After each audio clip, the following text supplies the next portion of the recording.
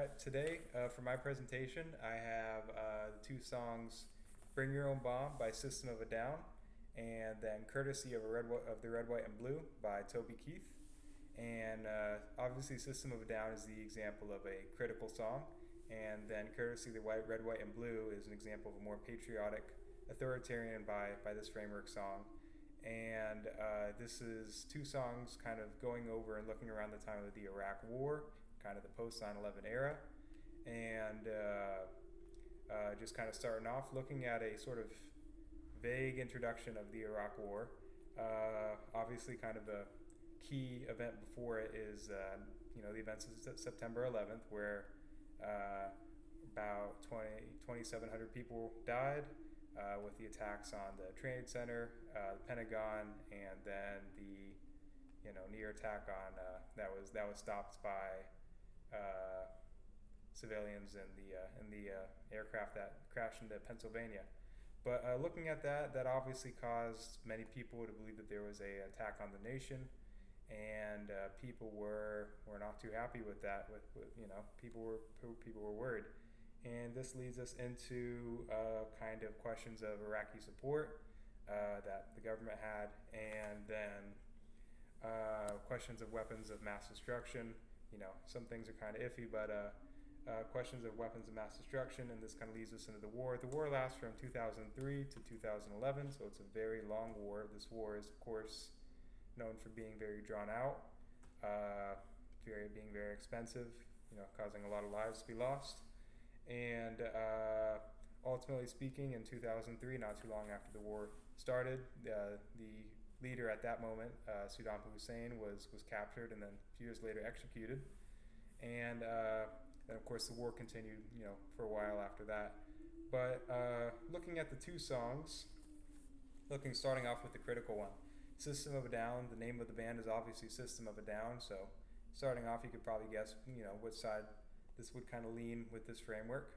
But Systems of a Down, BYOB, or Bring Your Own Bomb, is obviously about bombing campaigns in Iraq, and the acronym Bring Your Own Bomb is the same as Bring Your Own Beer, and this kind of shows in some of the lyrics of the song, which there's kind of sarcastic about the Iraqi war being a party, and us dropping bombs, having a party, and of course this is very sarcastic and kind of showing playing around with words, but looking at very literal quotes from Bring Your Own Bomb, you have why don't the presidents fight the war? Why do they always send the poor? This is a big question of why with this war and every war really. Why are we sending the poor? Why are the presidents not really acting on it? Why aren't the presidents really doing anything? Sending out people to die from their own desks, and this is a big question there. And of course, this connects to other prominent wars like the Vietnam War. You see Creedence Clearwater Revival with Fortunate Son asking the same question of sending the poor out to die, and then of course rich people having ways of getting around the draft. So yeah, that's the central kind of thing of it being it's a highly critical song of the war. Looking at bombing campaigns, looking at bombing of civilians, and obviously not supportive of the war. And then this leads us into the other kind of perspective, the Toby Keith song, Courtesy of the Red, White, and Blue.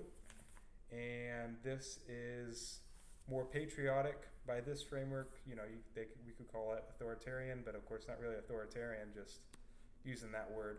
But this song is highly patriotic. And a quote from it is, when you hear Mother Freedom ringing her bell, it'll feel like the whole wide world ringing down on you, courtesy of the red, white, and blue.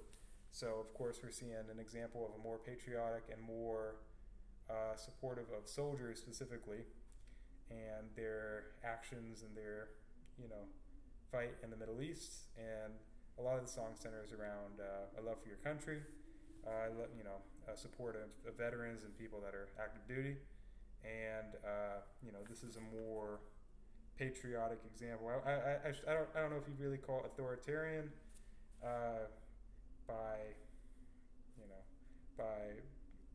by standard metrics, but it is it is a more patriotic song, and it is more of an example of, support of loving your country. You could say it's unquestionably loving, but it's just the general support of your country.